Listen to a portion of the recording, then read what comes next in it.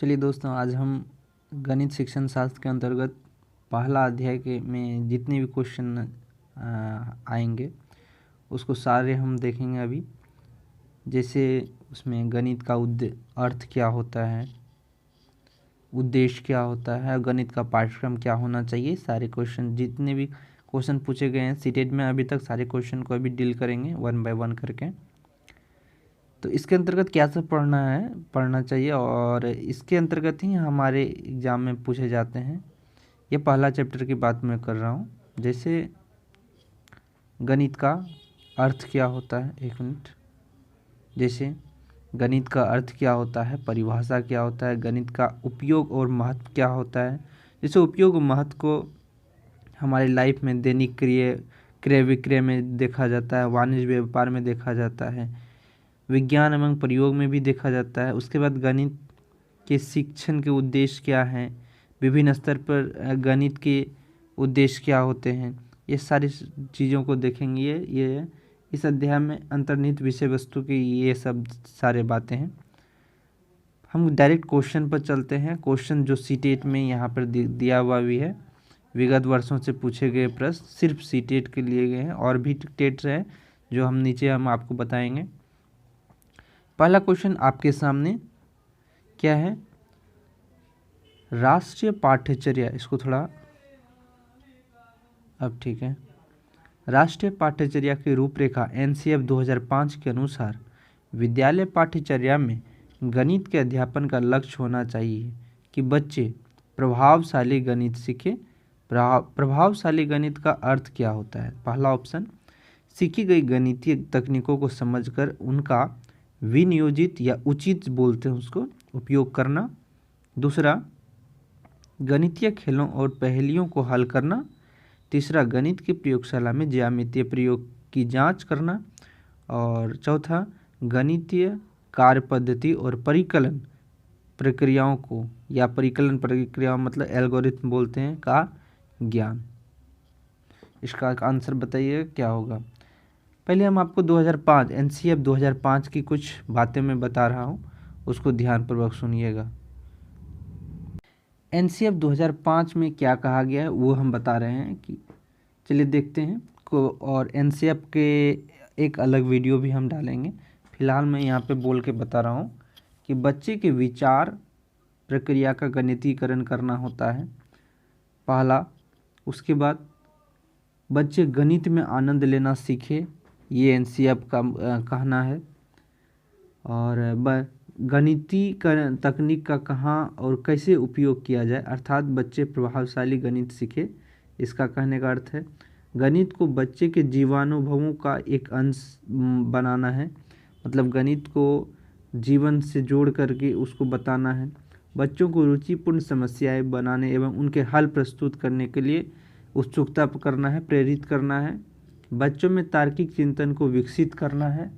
और इस तरह से बच्चों को गणित की मूल संरचनाओं, जैसे अंक गणित हो गया, बीज गणित हो गया, ज्यामिति हो गया और त्रिकोणमिति को समझाना, ये सारी बातों को, जितने भी बातें ऊपर बोले हैं, ये सारी बातों का एनसीएफ ने अपने जिक्र किया है। तो प्राथमिक स्तर पर भी गणित का उद्देश्य बताया गया है क्या होता है। उच्च प्राथमिक स्तर पर गणित शिक्षण का उद्देश्य क्या होता है, और प्राथमिक स्तर पर भी गणित शिक्षण का उद्देश्य क्या होता है, सबके अलग अलग है। तो एनसीएफ का उद्देश्य क्या होना चाहिए, इन चारों में से ये बताना है। तो एनसीएफ का उद्देश्य ये बताता है कि सीखी गई गणितीय तकनीकों को समझकर उनका उचित उपयोग करना होता है। जो हम गणित सीखे हैं उसका उपयोग कहाँ है और उचित उपयोग करना है, ये प्रभावशाली का अर्थ होता है। चलिए अगला क्वेश्चन, विद्यालय में प्रसिद्ध गणितज्ञ श्रीनिवास रामानुजन के जन्म की जयंती की स्मृति पर सीबीएसई ने गणित वीक, गणित सप्ताह जिसको बोलते हैं, गणित वीक मनाने की घोषणा की है। गणित GANIT, गणित का अर्थ क्या होता है ये देखना है। ये देखिए, गणित का अर्थ क्या होता है, ये सारे सीटेट के ही सवाल हैं आपके। फरवरी 2015 में पूछा गया था 6 to 8 में।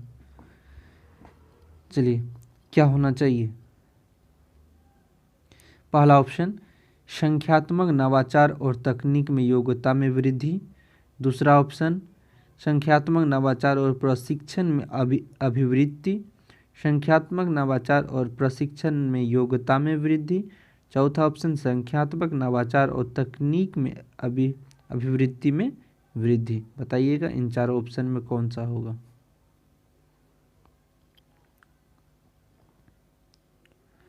चलिए हम बताते हैं। इसका ऑप्शन 2 होगा, क्योंकि संख्यात्मक नवाचार और प्रशिक्षण में अभिवृद्धि ही गणित का अर्थ होता है। मैं गणित के बारे में भी बताऊंगा।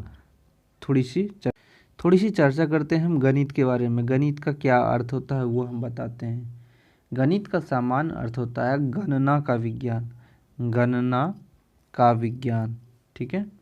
मतलब कि गणित संख्या, स्थान, मापन का विषय है, जिसकी सहायता से परिमाण, दिशा और स्थान इत्यादि का भली भांति बोध होता है और जीवन की संख्यात्मक एवं गणनात्मक समस्याएं हल होती है।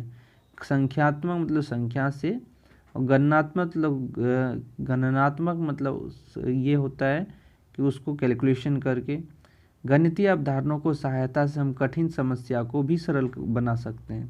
इसी प्रकार के अनुसंधान क्या है? गणनाएं, व्याख्याएं एवं परिणामों को प्रमाणित करने के लिए जो विधि गणित का ज्ञान व्यवहारिक पक्ष होता है। गणित प्रकृति में निहित सभी प्रकार के रहस्यों को ठीक से समझने में सहायता करता है। अर्थात हम कह सकते हैं कि गणित जो है मानव जीवन का सच्चा आधार है। तो गणित के विषय में अभी थोड़े बता चुके हैं, फिर हम आगे बताते रहेंगे इस तरह के जहाँ भी ज़रूरत होगा। अगले क्वेश्चन चलते हैं। इसका आंसर हो जाएगा 2। अगला क्वेश्चन चलते हैं।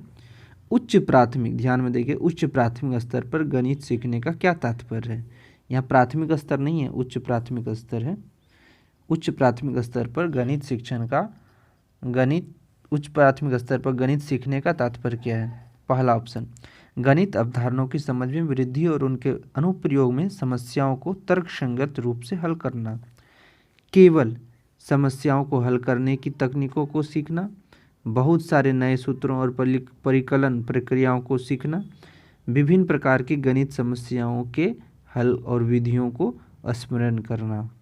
बताइएगा ये चारों ऑप्शन में कौन सा होगा?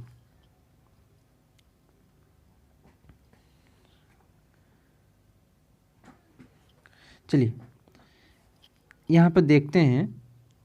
क्या उच्च प्राथमिक स्तर है, तो उच्च प्राथमिक स्तर पर गणित शिक्षण का क्या उद्देश्य है, थोड़ी सी चर्चा करते हैं। उच्च प्राथमिक स्तर पर गणित की शिक्षण का क्या उद्देश्य है, तो उसका चर्चा करते हैं कि उच्च प्राथमिक स्तर पर गणित का उद्देश्य यह होता है कि जैसे अंक गणित हुआ, बीज गणित के उपयोग पर जोर देना, जिससे बच्चे दैनिक जीवन की समस्याओं को हल कर सके। चरों के उपयोग, चरों मतलब x, y, z जो भी होता है, रैखिक समीकरण को बनाने एवं हल करने, सर्वसमीकाएं एवं गुणनखंड करने को बढ़ावा देना, ताकि बच्चे नई भाषा के धारा प्रवाह उपयोग को सीख सके। बच्चों को विभिन्न प्रकार के नियमित आकार जैसे त्रिभुज हो गया, वृत्त हो गया, चतुर्भुज हो गया, ये सब पढ़ाना। उसके बाद क्षेत्रफल हो गया, परिमाप हो गया आदि के विषय में समझाना। उसके बाद है ज्यामिति के अनौपचारिक परिचय देने के लिए कागज मोड़ना और काटना। कागज इस तरह से करते हैं और बीच से बोलते हैं मोड़ के काट दो, काटना। सममिति, सामेट्रिक जिसको बोलते हैं, ठीक है, इसको काट के दोनों तरफ बराबर करना है। सामेट्रिक रूपांतरण के विचारों का अवगत कराना। जीवन कौशलों जैसे आंकड़ों का प्रहसन, डाटा हैंडलिंग जिसको बोलते हैं, निरूपण और दृष्टिकरण को सिखाना है। आंकड़ों के प्रहसन की प्रक्रिया को समझने, निरूपित करने और दिन प्रतिदिन के आंकड़े के ग्राफीय निरूपण को बढ़ावा देना। ग्राफ का जो निरूपण किया जाता है, जैसे इस तरह से ग्राफ बहुत तरह से होता है, इस तरह से बोलते हैं, ग्राफ चढ़ता है इस तरह से, ठीक है। समझना, समझ, संकट और कल्पनाशीलता को प्रोत्साहित करने के लिए दृश्य अधिगम को बढ़ावा देना चाहिए। प्रोजेक्टर सब का यूज करना चाहिए उसमें। प्रोजेक्टर सब का यूज करने पर वो पूरा अच्छी तरह से समझ में आ जाएगा। इसके बाद है बच्चों को कम अनौपचारिक परंतु सहमतकारी तर्कों के द्वारा अपने निष्कर्षों को सही साबित करने का अवसर देना। उसको अवसर देना चाहिए कि अपने से खुद से पहले उसको अच्छी तरह से साबित करे। गणितीय अवधारणाओं के अनुप्रयोग से संबंधित समस्याओं का तर्कसंगत रूप से हल करना। अब बता सकते हैं इसका आंसर क्या होगा। तो इसका आंसर इस रूप में ए होना चाहिए, क्योंकि गणित अवधारणाओं की समझ में वृद्धि, उसका अनुप्रयोग, समस्याओं को तर्कसंगत रूप से हल करना ही उच्च प्राथमिक स्तर पर गणित सीखने का तात्पर्य है। ठीक है, क्योंकि जब भी केवल सिर्फ ये सब चीज़ें रहेंगी वो ऑप्शन नकारात्मक होता है। ठीक है, और बहुत सारे नए सूत्रों को, परिकलन प्रक्रियाओं को सिखाना, सूत्र की कोई बात नहीं होता है इसमें। ठीक है, विभिन्न प्रकार की गणित समस्याओं के हल की विधियों को स्मरण मतलब याद कहीं भी रहेगा तो वो नकारात्मक होता है। बच्चे को कभी भी याद करने के लिए नहीं बोला जाता है। तो इस तरह से पहला ऑप्शन सही है। अगले क्वेश्चन की बढ़ते हैं। अगला क्वेश्चन क्या है, कक्षा में गणित की भाषा विकसित करने के लिए 4 चरण इस प्रकार हैं। क्या चरण है? 4 चरण दे दिया गया है, जैसे प्रतिदिन की भाषा, गणितीय परिस्थिति की भाषा, गणित की समस्याओं को हल करने की भाषा और प्रतीकात्मक भाषा। इन चारों भाषाओं को एक सुसंगत चरण, जैसे 1 बाय 1 करके पहला चरण क्या होना चाहिए, दूसरा चरण क्या होना चाहिए, तीसरा चरण क्या होना चाहिए, इस तरह से 4 ऑप्शन दिया गया है। तो 4 ऑप्शन पढ़ते हैं क्या सब है।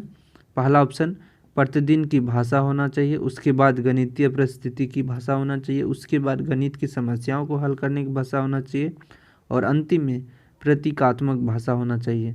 उसके बाद दूसरा ऑप्शन में है प्रतिदिन की भाषा, प्रतीकात्मक भाषा, गणित समस्याओं को हल करने की भाषा और गणितीय परिस्थिति की भाषा। सी ऑप्शन में है प्रतिदिन की भाषा, गणित समस्याओं को हल करने की भाषा, गणितीय परिस्थिति की भाषा, प्रतीकात्मक भाषा। और अगला लास्ट है प्रतिदिन की भाषा, गणित समस्याओं को हल करने की भाषा, प्रतीकात्मक भाषा, गणितीय परिस्थिति की भाषा। प्रतीकात्मक भाषा का मतलब ये होता है कि साइन से, जैसे प्लस माइनस, ये प्रतीकात्मक भाषा होता है। प्रतिदिन की भाषा जैसे गणित से जुटे हुए दैनिक जीवन में हमारे यूज में आने वाले जितने भी गणितीय व्यकलन, समाकलन, ये सब है जो प्रतिदिन की भाषा में आते हैं। चलिए बताइएगा इसका आंसर क्या होगा।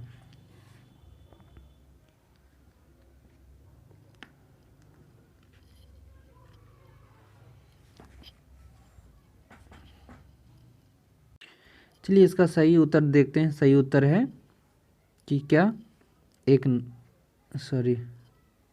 4 का ना, सही उत्तर है 1 नंबर।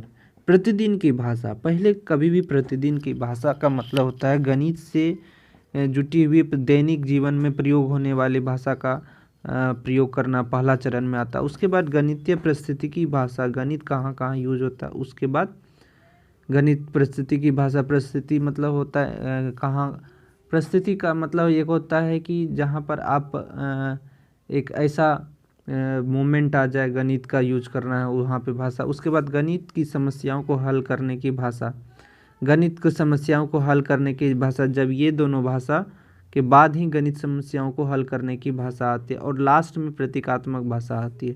प्रतीकात्मक भाषा का मतलब है लास्ट में प्लस माइनस बताना होता है।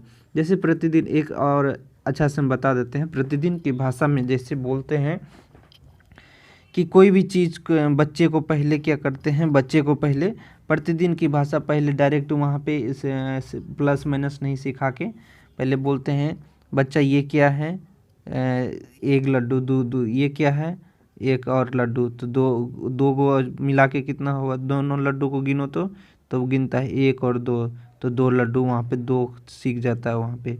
तो प्रतिदिन की भाषा हो गया। उसके बाद क्या आता है, गणितीय परिस्थिति की भाषा। गणितीय परिस्थिति का मतलब ये होता है कि उसको एक शॉप में भेज दिए, दुकान भेज दिए, अब वहाँ पे उसको 5 रुपया का बोल दिए चॉकलेट लाने, उसको 10 रुपया दे दिए, तो वहाँ एक परिस्थिति उसको उभरता है, तो वो समझ खुद से सॉल्व करने का कोशिश करता है।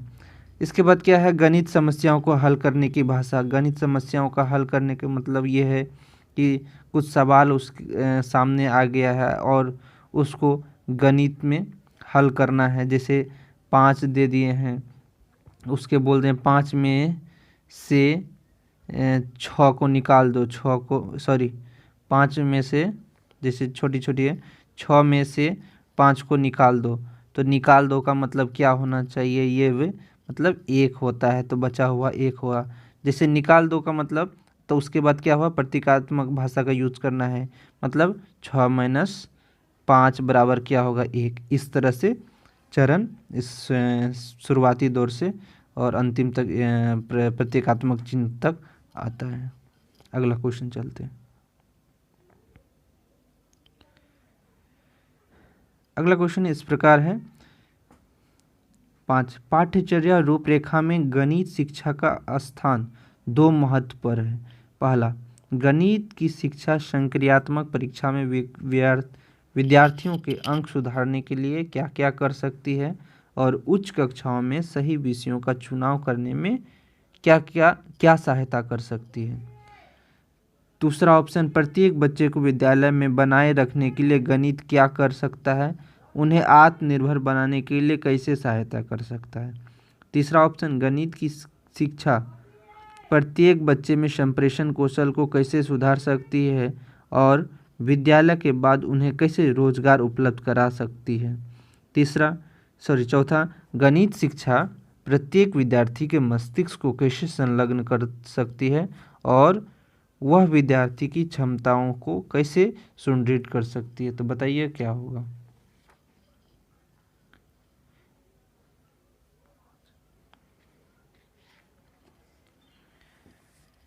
चलिए, इसका आंसर क्या होना चाहिए, इसका आंसर डी होगा। क्यों? गणित शिक्षा प्रत्येक विद्यार्थी के मस्तिष्क को संलग्न कर सकती है और विद्यार्थी की क्षमताओं को कैसे सुदृढ़ कर सकती है, ये गणित में ही होता है। ठीक है, अगला चलते हैं।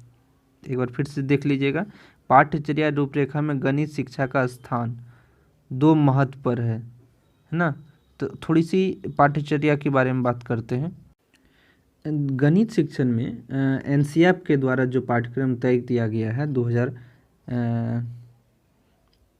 इसमें पाठ्य रूपरेखा में एनसीईआरटी 2005 के अनुसार गणित की क्या होनी चाहिए, वो हम थोड़ी सी चर्चा कर देते हैं। पहला है कि गणित शिक्षा जो है उद्देश्यों के अनुकूल होना चाहिए और यह जो है यह महत्वाकांक्षी होनी चाहिए, ताकि यह मात्र संकीर्ण उद्देश्यों को प्राप्त करने की बजाय ऊंचे उद्देश्य को प्राप्त कर सके।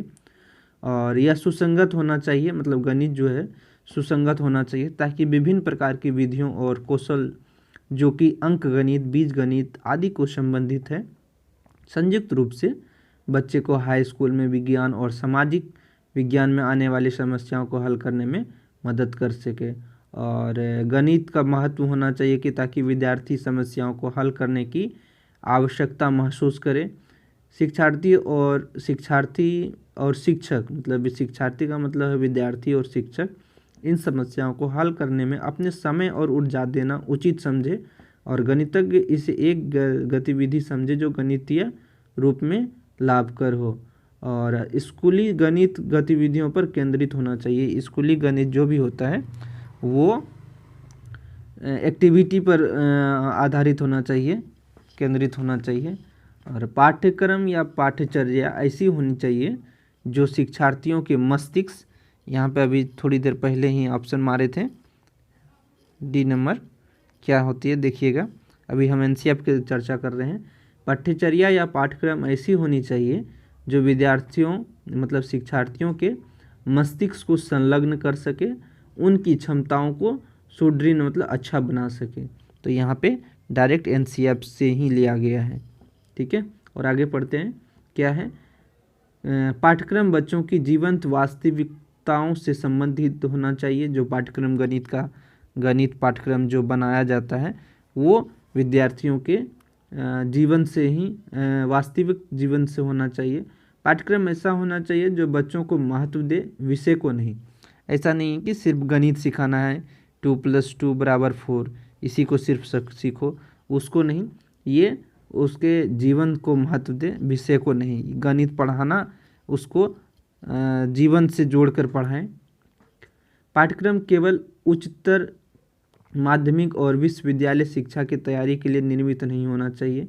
ऐसा नहीं कि ऐसा पाठ्यक्रम तैयार करें सिर्फ बड़े क्लास के में ही जाने के लिए हो, ऐसा नहीं। उसको दैनिक जीवन से जोड़कर तैयार करना चाहिए। पाठ्यक्रम में प्रतिदिन की भाषा यहाँ पर अभी जस्ट थोड़ी एक क्वेश्चन आया था, यहाँ पे हम बता देते हैं। ये एनसीईआरटी से लिया गया है, मैं थोड़ी देर अभी चर्चा कर रहा हूँ। पाठ्यक्रम में प्रतिदिन की भाषा, जैसे प्रतिदिन की भाषा होना चाहिए पहला। उसके बाद गणितीय परिस्थिति की भाषा होना चाहिए। देखिए गणितीय परिस्थिति की भाषा है। उसके बाद गणित की समस्याओं को हल करने की भाषा होना चाहिए। उसके बाद गणितीय परिस्थिति की भाषा होना चाहिए। उसके बाद क्या प्रतीकात्मक भाषा होना चाहिए, प्रयोग करना चाहिए। पाठ्यक्रम जो है रटने की प्रवृत्ति को बढ़ावा ना दे, ऐसा नहीं कि सिर्फ याद करवा दे, ये भी नहीं होना चाहिए। तो ये पाठ्यक्रम पर एनसीईआरटी के द्वारा जितनी भी गाइडलाइंस था वो मैंने अभी बताया है। चलिए अगले क्वेश्चन जहाँ जहाँ हम प्रयोग होगा, जहाँ जहाँ बताने का ज़रूरत होगा हम इस तरह से ही बताएंगे। चलिए अगले क्वेश्चन, ये सारे क्वेश्चन सीटेट से ही लिया गया है जो आपके सामने है अभी। चलिए अगले क्वेश्चन 6 नंबर देखते हैं। अधिक गणित जानने की अपेक्षा यह जानना अधिक उपयोगी है कि गणितीयकरण कैसे किया जाए। यह कथन किसके द्वारा दिया गया है? डेविड व्हीलर, जॉर्ज पोल्या, वेन हाइल और या वाइगत्स्की के अनुसार किसके द्वारा दिया गया है?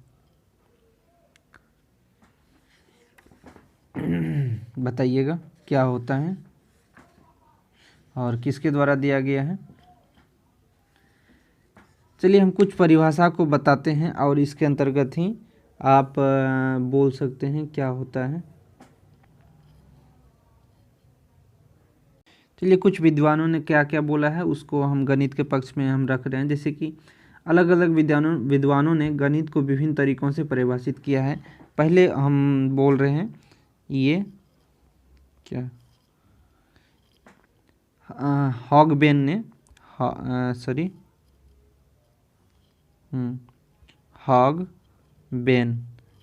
ने क्या बोले थे गणित के पक्ष में कि गणित जो है, गणित सभ्यता और संस्कृति का दर्पण है। कौन ने बोला? तो हॉगबेन ने। तो उसके बाद है हरलॉक साहब ने गणित के बारे में इस प्रकार दिया था। गणित वह मार्ग है जिसके द्वारा बच्चे के मन तथा मस्तिष्क में तर्क करने की आदत स्थापित होती है, या गणित मन में तर्क की अस्थायी आदत विकसित करने का द्वार है। और रोजर बेकर ने क्या बोले थे? रोजर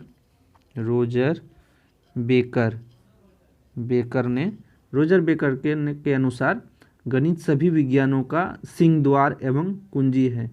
और इस तरह से डेविड व्हीलर ने यह कथन दिया था कि अधिक गणित जानने की अपेक्षा यह जानना अधिक उपयोगी होगा कि गणितीकरण कैसे किया जाए। ये डेविड व्हीलर का था। तो डायरेक्ट यहाँ पे ये कथन से लिया गया था, यहाँ पे डेविड व्हीलर होगा। चलिए अब एनसीईआरटी के बारे में क्वेश्चन है 7 नंबर। एनसीईआरटी 2005 के अनुसार विद्यालयों में गणित का एक मुख्य उद्देश्य है। क्या उद्देश्य है? संख्या संबंधी कौशल का विकास करना है, समस्या समाधान कौशल का विकास करना है, विश्लेषणात्मक योग्यता को पोषित करना है, बच्चे की चिंतन प्रक्रिया को गणितीकरण करना है। तो क्या होगा इसका आंसर? एनसीईआरटी का कहना है कि गणित जो है ये चिंतन प्रक्रिया को गणितीकरण करना है। मतलब कि कुछ भी पढ़ाते हैं तो वो सोचे, उस समझे और उस पर तर्क शक्ति दे। तो इससे डी नंबर सही होता है कि बच्चे की चिंतन प्रक्रिया को गणितीकरण करना गणित शिक्षण का कार्य होता है। मतलब यहाँ पे गणित की बात कर रहे हैं तो इसीलिए एनसीएफ 2005 के अनुसार विद्यालय में गणित का मुख्य उद्देश्य क्या होता है, बच्चे की चिंतन प्रक्रिया को गणितीकरण करना होता है। अगला क्वेश्चन, एनसीएफ से बहुत सारे क्वेश्चन हैं, एनसीएफ के बारे में हम एक वीडियो अच्छे से बनाएंगे, उसको देख लीजिएगा। एनसीएफ 2005 के अनुसार गणित की पाठ्यचर्या महत्वाकांक्षी, सुसंगत और यह महत्वपूर्ण गणित पढ़ाती है। यहाँ महत्वाकांक्षी का अर्थ क्या होता है, यह महत्वाकांक्षी का अर्थ क्या होता है उसको ध्यान में देखना है। तो पहला ऑप्शन है विद्यालय में गणित शिक्षण के संकीर्ण उद्देश्यों को खोजना, विद्यालय में गणित शिक्षण के उच्च उद्देश्यों को खोजना, गणित की समस्या को हल करने की एक से अधिक तरीकों का शिक्षण, या विविध प्रकार के गणित शिक्षण जैसे अंक गणित, बीज गणित, ज्यामिति और आंकड़ा प्रबंध। अभी थोड़ा देर पहले हम इसकी चर्चा कर चुके हैं, तो आप इसका आंसर अच्छी तरह से दे सकते हैं।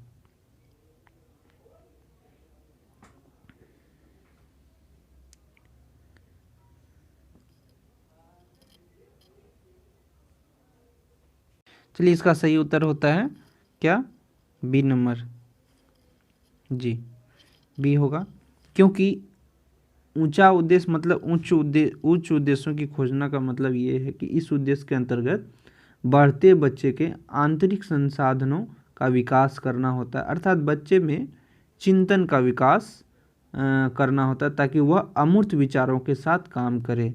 तो बी नंबर सही होगा यहाँ पे। अगला क्वेश्चन कल चलते हैं। हमारी विद्यालय पाठ्यचर्या में गणित शिक्षण के स्थान को सुनिश्चित करने के लिए युगल आधार वाक्य है। पहला ऑप्शन, किस प्रकार प्रत्येक शिक्षार्थी के मस्तिष्क को व्यस्त कर रखा जाए और किस प्रकार शिक्षार्थियों के संसाधनों को सुदृढ़ बनाया जाए, किस प्रकार प्रत्येक भी शिक्षार्थी की तर्कना शक्ति में सुधार किया जाए और किस प्रकार उसकी स्थानिक योग्यता को बढ़ाया जाए। सी नंबर, किस प्रकार गणित में प्रत्येक शिक्षार्थी के निष्पादन को बढ़ाया जाए और किस प्रकार अंतर्राष्ट्रीय ओलंपियाड के लिए मेधावी विद्यार्थियों को तैयार किया जाए। और लास्ट ऑप्शन है, गणित की कक्षा को किस प्रकार अधिक क्रियाकलाप उन्मुखी बनाया जाए और किस प्रकार प्रत्येक शिक्षार्थी में प्रक्रमण कौशल का विकास और एल्गोरिथम की समझ को बढ़ाया जाए। तो इसका आंसर क्या होना चाहिए, बताइए आप।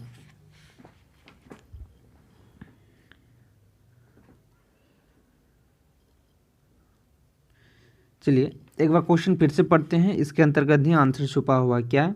हमारी विद्यालय पाठ्यचर्या में गणित शिक्षण को सुनिश्चित करने के लिए कौन सा युगल आधार वाक्य, मतलब जो दो वाक्य दिया गया है, दोनों वाक्य को देखना है, उसमें से कौन सा सुनिश्चित मतलब अच्छा है।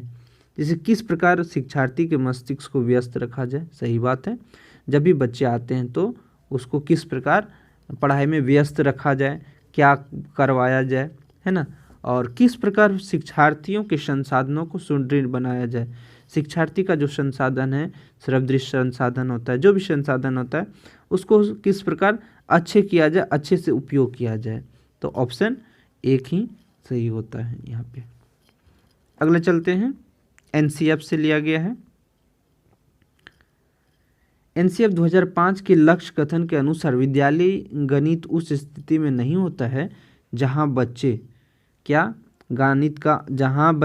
यहाँ पे देखिएगा ध्यान से एक बार फिर से क्वेश्चन।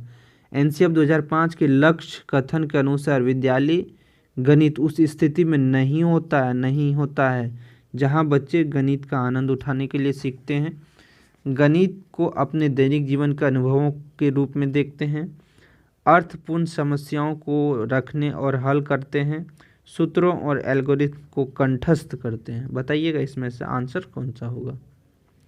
कभी भी याद करना, कंठस्थ करना, ये सब सारे गणित में नहीं बताया गया, मतलब सिर्फ चिंतन करना, उस पर सर्च करना, खोजना, ये सब सारे पॉजिटिव थिंकिंग है। जैसे गणित का आनंद उठाने के लिए सिखाते हैं, सही बात है, गणित को अपने दैनिक जीवन के अनुभव के रूप में देखते हैं, सही बात है।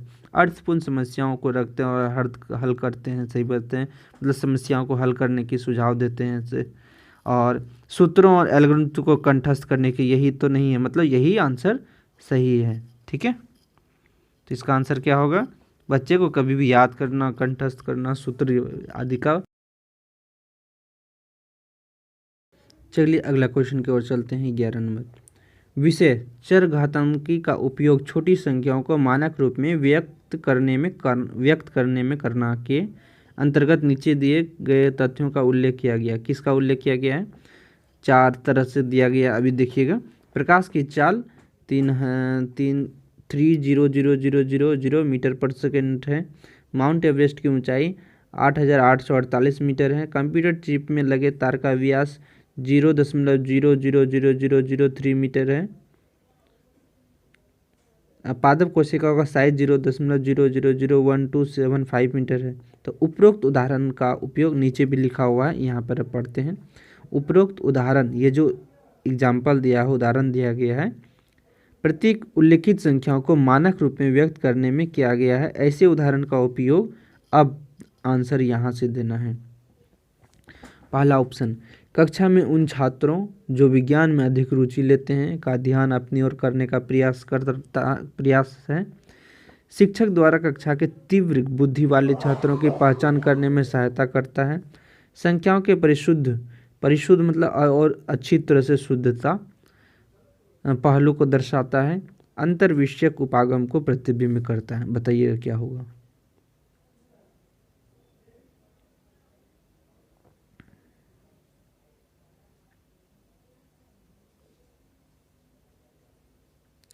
चलिए, इसका सही आंसर है डी नंबर, क्योंकि अंतर विषयक उपागम का मतलब होता है, इसमें सिर्फ साइंस के ही, पहला ऑप्शन को देखते हैं, जो कक्षा में उन छात्रों जो विज्ञान में अधिक रुचि लेते हैं का ध्यान अपनी ओर करने का प्रयास करता है। ऐसा नहीं कि जो गणित पढ़ता है वो इसमें आकर्षित नहीं करेगा, क्योंकि गणित का भी इसमें सवाल है। कहाँ पे? यहाँ पे उसको पादप कोशिका, कंप्यूटर चिप, इसमें सारे मैथ्स, साइंस, कंप्यूटर जितने भी विषय हैं उसके अंतर्गत से ही इसको रखा गया है। मतलब सभी विषय के जितने भी जो भी एक विषय से इंटरेस्टेड विद्यार्थी हैं, सबको यहाँ पे लाभ हो रहा है। मतलब अंतर विषयक उपागम को प्रतिबिंब करता है। अगला क्वेश्चन चलते हैं।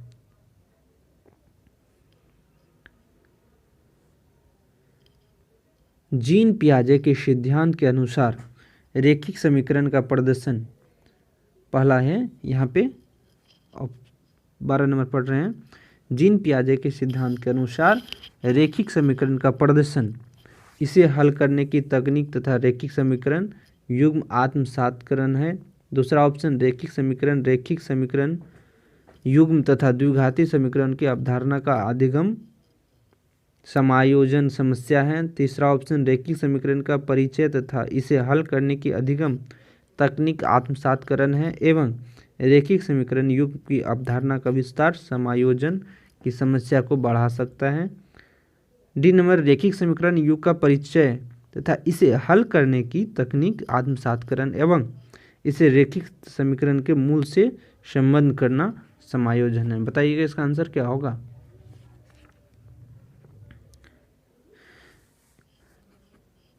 जीन पियाजे के अनुसार कहा गया है सी नंबर, रैखिक समीकरण का परिचय, इसे हल करने की अधिगम तकनीक आत्मसातकरण है एवं रैखिक समीकरण का युग्म अवधारणा विस्तार समायोजन की समस्या को बढ़ा सकता है। तो ऑप्शन सी होगा। अगला क्वेश्चन चलते हैं। राष्ट्रीय पाठ्यचर्या की रूपरेखा 2005 के अनुसार, ऑप्शन, स्कूलों में गणित शिक्षण का संकीर्ण उद्देश्य संख्या संबंधी कौशल विकसित करना और उच्चतर उद्देश्य समस्या हल करने का कौशल विकसित करना। दूसरा ऑप्शन, स्कूल में गणित शिक्षण का संकीर्ण उद्देश्य अंकगणित पढ़ाना और उच्चतर उद्देश्य बीजगणित पढ़ाना। स्कूल में गणित शिक्षण का संकीर्ण उद्देश्य अंक प्रणाली पढ़ाना और उच्चतर उद्देश्य बीजगणित पढ़ाना। स्कूल में गणित शिक्षण का संकीर्ण उद्देश्य परिकलन सिखाना और उच्चतर उद्देश्य मापन सिखाना। बताइएगा इसका आंसर कौन सा होगा। चलिए इसका आंसर होगा 1 नंबर, क्योंकि स्कूल में गणित शिक्षण का संकीर्ण उद्देश्य संख्या संबंधी कौशल विकसित करना होता है और उच्चतर उद्देश्य जो होता है समस्या को हल करने का कौशल विकसित करना होता है। तो ये ऑप्शन एनसीएफ के द्वारा सही माना गया है। चलिए 14 को नंबर, एक शिक्षिका शिक्षार्थियों से पत्तियों को एकत्र करने और सममिति मतलब सैमेट्रिक पैटर्न की पहचान करने के लिए कहती है। यह कार्य शिक्षिका को किस प्रकार दर्शाता है। तो वास्तविक जीवन को गणितीय अवधारणाओं के साथ जोड़ने संबंधी, अंतरा विषयिक उपागम संबंधी, शिक्षार्थियों में सृजनात्मक का विकास करने संबंधी, गणितीय संप्रेषण में सुधार करने संबंधी। बताइएगा आंसर क्या होगा। चलिए इसका आंसर होगा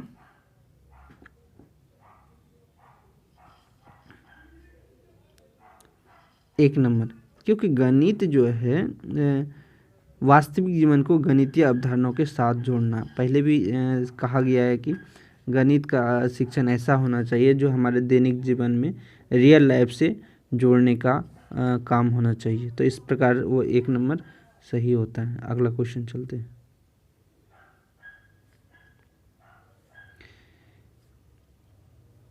एक शिक्षक या शिक्षिका ने शिक्षार्थियों को 5 वर्ग स्क्वायर देकर उन्हें जोड़कर बनाने वाले सभी संभव पंचवर्गाकार आकृतियों की संख्या ज्ञात करने को कहा।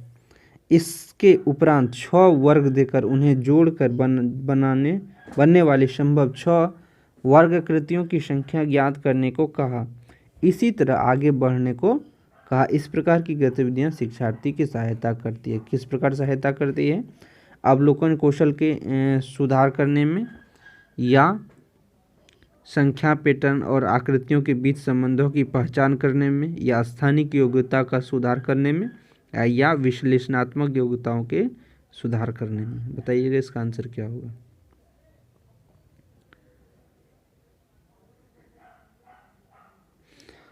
चलिए इसका आंसर होगा बी नंबर। संख्या पैटर्न जो होता है, संख्या पैटर्न या आकृतियों के बीच संबंध की पहचान करने में इसका उपयोग बताया जा रहा है इस क्वेश्चन के माध्यम से। चलिए अगले क्वेश्चन चलते हैं। कक्षा 7 के शिक्षक कक्षा 7वीं के शिक्षक कक्षा में निम्नलिखित समस्याओं पर चर्चा करना चाहते हैं। एक वर्ग को 4 सर्वांगसम आयतों में विभाजित किया जाता है। प्रत्येक आयत का परिमाप है 40 इकाई। दिए गए वर्ग का परिमाप क्या है? इस समस्या का हल करने के लिए आवश्यक मुख्य गणितीय संकल्पना क्या होगा?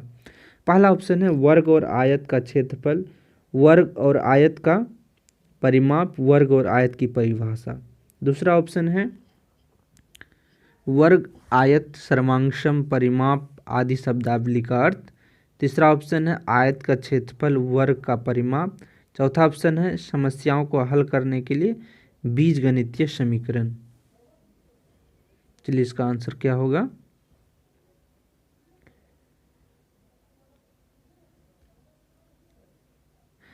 इसका आंसर 1 नंबर होगा, क्योंकि वर्ग आयत का क्षेत्रफल, वर्ग और आयत का क्षेत्रफल निकालना है, वर्ग और आयत का परिमाप, उसके बाद क्या करता है वर्ग और आयत का परिभाषा। इसमें कहा गया कि 7वीं के शिक्षक कक्षा में समस्या पर चर्चा करते एक वर्ग को 4 सर्वांगसम आयतों में विभाजित करता है। 4 सर्वांगसम आयत में विभाजित करता है, तो सभी चीज़ बराबर होना चाहिए उसका, हर चीज़ ठीक है। प्रत्येक आयत का परिमाप यहाँ 40 इकाई है, तो यहाँ पे 40 इकाई है सभी। दिए गए वर्ग का परिमाप क्या होगा? इस समस्या का हल करने के लिए आवश्यक मुख्य गणितीय संकल्पना क्या होती है? तो मुख्य गणितीय वर्ग आयत क्षेत्रफल निकालना है, परिमाप निकालना है और उसकी परिभाषा करना होता है। अगला क्वेश्चन, माध्यमिक कक्षाओं में बीजगणित शुरू किया जाता है। पियाजे के संज्ञानात्मक विकास के सिद्धांत के अनुसार इस स्तर पर बीजगणित का परिचय उचित है क्योंकि पहला ऑप्शन, बच्चा संवेदी गतिक स्तर पर है और बहुत सारे हस्त परिचालकों के साथ वो समझ सकता है। बच्चा पूर्व संक्रियात्मक स्तर पर है और अमूर्त संकल्पनाएं समझ सकता है। बच्चा मूर्त संक्रियात्मक स्तर पर है और वह तार्किक संरचना का निर्माण करने के द्वारा मूर्त अनुभवों को समझ सकता है। बच्चा औपचारिक संक्रियात्मक चरण पर है और अमूर्त संकल्पनात्मक को ग्रहण करने के लिए पूर्ण रूप से परिपक्व है। बताइएगा इसका आंसर क्या होगा।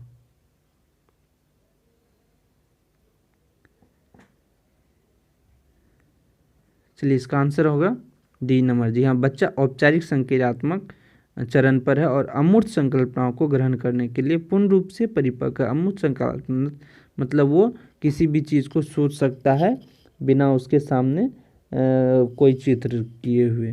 तो माध्यमिक कक्षा में बीज गणित जो पढ़ाया जाता है माध्यमिक कक्षा 6 to 8 में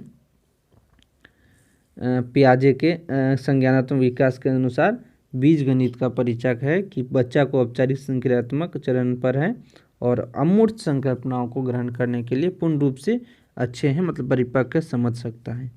अगले क्वेश्चन, वेन हिले के ज्यामितीय विचार के स्तर के अनुसार ज्यामितीय समझ के 5 स्तर हैं: चक्षुषीकरण, विश्लेषण, अनौपचारिक निगमन, औपचारिक निगमन और दृढ़ता। कक्षा 7 के विद्यार्थियों को चतुर्भुज को उनकी विशेषताओं के आधार पर वर्गीकृत करने के लिए कहा गया है। तो ये शिक्षार्थी वेन हिले के ज्यामितीय विचार के किस स्तर पर हैं? बताइए, चक्षुषीकरण स्तर पर, विश्लेषण, अनौपचारिक निगमन या औपचारिक निगमन। चतुर्भुजों की उनकी विशेषताओं के आधार पर वर्गीकृत करना है तो कौन सा स्तर होना चाहिए? वेन हिले के अनुसार कौन सा स्तर है?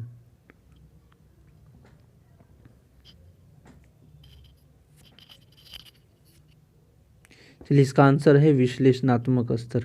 जी हाँ, विश्लेषणात्मक स्तर, क्योंकि चतुर्भुज को उसकी विशेषताओं के आधार पर ना, उसका विशेषता क्या है उसका विश्लेषण करना है, तब उसको वर्गीकृत करना है, तो विश्लेषण के आधार पर उसको वर्गीकृत किया जाता है। चलिए 19 नंबर,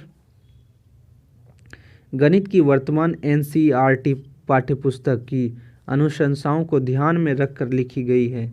2006 में CBSE के द्वारा प्रस्तावित पाठ्यक्रम, 2006 में राज्य बोर्ड द्वारा प्रस्तावित पाठ्यक्रम, राष्ट्रीय पाठ्यचर्या की रूपरेखा 2005, राष्ट्रीय शिक्षा नीति 1986।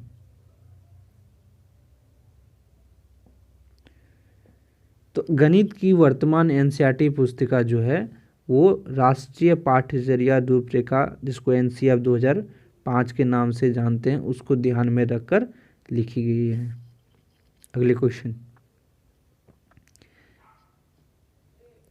विद्यार्थी गणितीय समस्याओं को हल करते समय गलतियां करते हैं क्योंकि वे एक से अधिक पाठ्यपुस्तकें नहीं पढ़ते हैं, उनका सामाजिक आर्थिक स्तर उनके निष्पादन को प्रभावित करता है, वे अर्थ निर्माण के अपने प्रयास में संकल्पनाओं का वैकल्पिक निर्वचन करता है, या वे पर्याप्त अभ्यास नहीं करते हैं। बताइए इनमें से कौन सा आंसर सही होगा? गलतियां करते हैं, क्यों गलतियां करते हैं वे चीज बोलना है।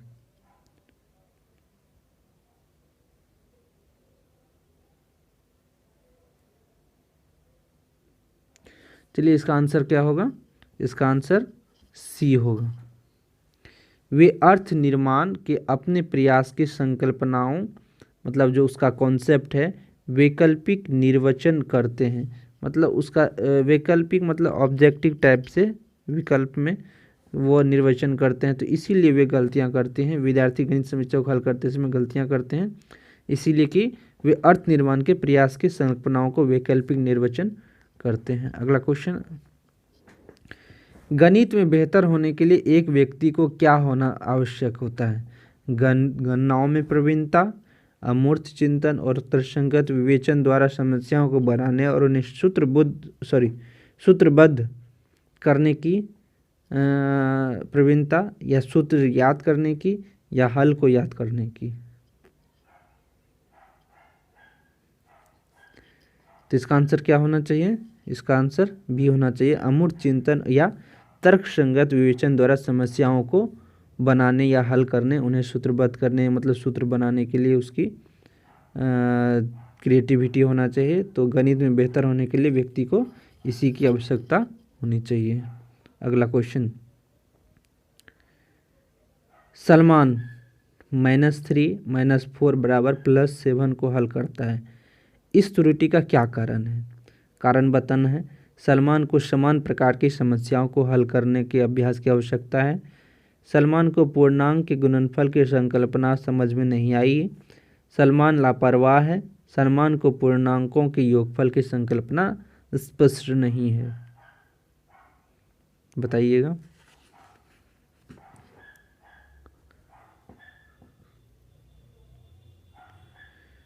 चलिए, इसका आंसर डी होगा, क्योंकि सलमान को पूर्णांकों के योगफल की संकल्पना का स्पष्ट, उसका जो कॉन्सेप्ट है वो ही स्पष्ट नहीं है, इसीलिए वो +7 लिख दिया। चलिए दोस्तों, आज के लिए इतना ही। और टेट के और भी क्वेश्चन हैं, वो भी थोड़ी हम चर्चा कर देते हैं, और वो सिर्फ हम आंसर डायरेक्ट बताते जाएंगे। देखिएगा,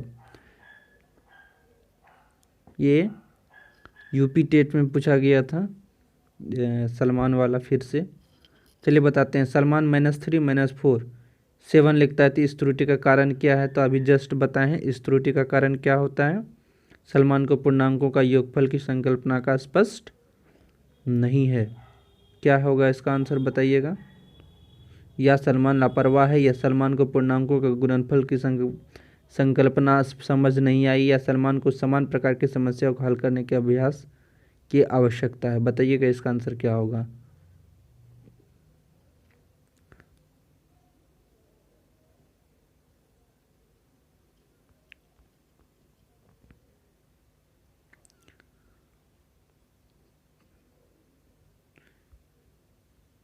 चलिए, इसका आंसर क्या होगा, डी। जी हाँ। अगला क्वेश्चन, गणित की पाठ्य पुस्तक में विषय वस्तु को विकसित करना चाहिए, क्या किस अभ्यास के क्रम में, तार्किक क्रम में, संख्या समस्यात्मक क्रम में, या इन सभी में? तो इसका आंसर बी होगा। अगला क्वेश्चन, गणित निम्न में से कौन एक भारतीय गणितज्ञ नहीं है? सारंगदेव, महावीर, बोधायन, या ब्रह्मगुप्त?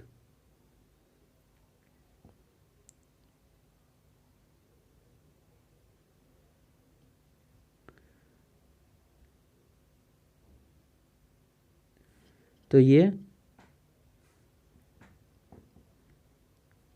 3 का, इसका आंसर बी होगा। अगला क्वेश्चन चलते हैं। गणित शिक्षण का प्रमुख उद्देश्य बच्चों में क्या करना होता है? तर्कपूर्ण ढंग से सोचने की शक्ति का विकास करना होता है, रटने की शक्ति का विकास करना, सूत्र याद करने की क्षमता का विकास करना, सवाल हल करने की क्षमता का विकास करना। इसका आंसर क्या होगा? इसका आंसर 1 होगा, तर्कपूर्ण ढंग से सोचने की शक्ति का विकास करना होता है। अगला क्वेश्चन, एनसीएफ 2005 में सर्वाधिक बल दिया गया है किस पर? ज्ञान की संरचना, अवधारणाओं को रटने पर, कठिन सवालों को हल करने पर, तेजी से गणित करने पर? बताइएगा। ज्ञान की संरचना पर। अगला क्वेश्चन, समाज में लेन देन, व्यापार, उद्योग इत्यादि व्यवसाय गणित पर ही निर्भर है, यह गणित शिक्षण के किस मूल्य की ओर संकेत करती है? सांस्कृतिक मूल्य, नैतिक मूल्य, सामाजिक मूल्य, या अनुशासन संबंधी मूल्य? इसका आंसर सी है, सामाजिक मूल्य पर आधारित है। अगला क्वेश्चन, गणित का ज्ञान प्राप्त करने वाले प्रत्येक व्यक्ति के लिए भावनाओं के प्रवाह में आकर नियम विरुद्ध कार्य करना अनुकूल नहीं होता। यह कथन गणित शिक्षण के किस मूल्य से संबंधित है? सामाजिक मूल्य, अनुशासन संबंधी मूल्य, सांस्कृतिक मूल्य, उपरोक्त में से कोई नहीं। चलिए, इसका आंसर क्या होगा? ये बीटेट 2011 में पूछा गया था।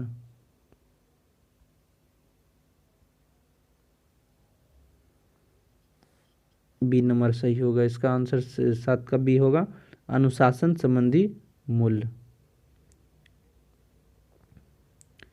गणित के समझने की प्रकृति होनी चाहिए, क्या कठिन, सरल, तार्किक या सजावटी। तो ये सरल होनी चाहिए। अगला क्वेश्चन, ये आज के लिए इतना ही। चलिए दोस्तों,